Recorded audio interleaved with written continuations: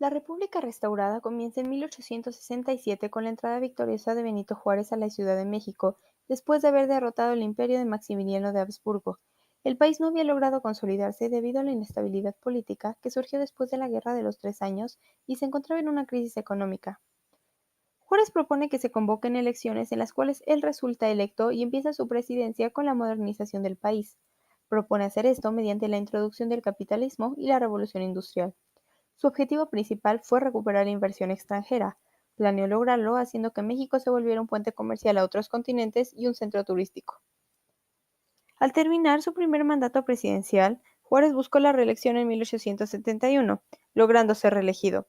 Sin embargo, se dieron algunos levantamientos armados y Porfirio Díaz lanzó el Plan de Noria, que proclamaba básicamente la renuncia de Juárez a la presidencia, la suspensión del orden constitucional actual y la creación de una junta de notables que reorganizaría el país. Pero ninguno de estos brotes tuvo éxito y fueron reprimidos por el gobierno jurista.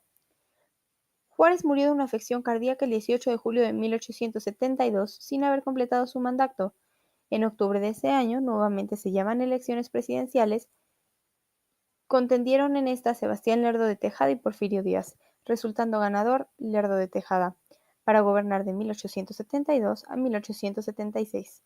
Inmediatamente Lerdo retoma la pacificación del país que había sido iniciada durante el gobierno de Juárez y otorga amnistía a presos políticos.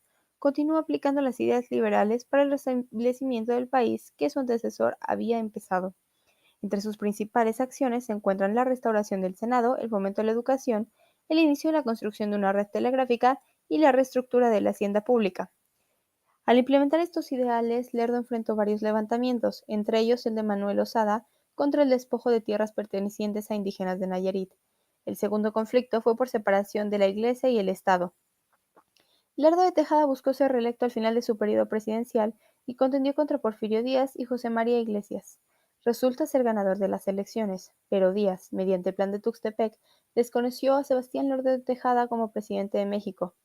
El plan rechazó la reelección, criticó la alta corrupción generada alrededor del mandatario y, en cambio, reconoció la legalidad de la Constitución de 1857 y de las leyes de reforma.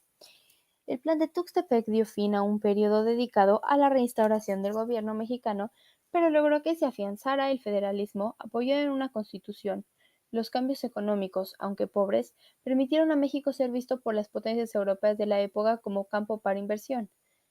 La República restaurada sentó las bases para el crecimiento de una nación completamente independiente de la época virreinal que se establecería durante los años del Porfiriato.